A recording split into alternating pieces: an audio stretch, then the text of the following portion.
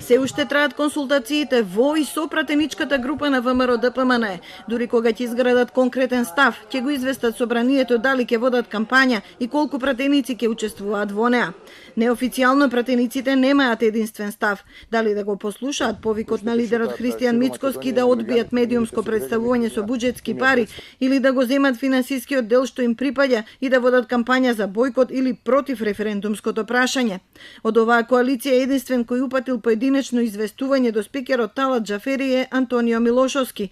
Тој јавно кажа дека ќе води кампања за бојкот, но доби одговор дека парите нема да му бидат исплатени лично, туку преку пратеничката група.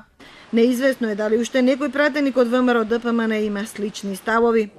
За референдумското прашање се изјаснија 71 пратеник. Утре би требало да промовираат коалиција на партии и независни пратеници, независно дали се дел од власта или од опозицијата.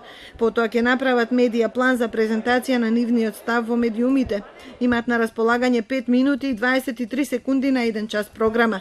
Треба да се договорат како ќе ги поделат.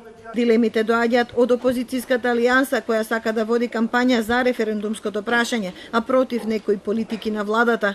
Тоа веројатно ќе треба да го прави од сопствени партиски средства, како што владеачката СДСМ најавува теренска кампања со сопствени пари.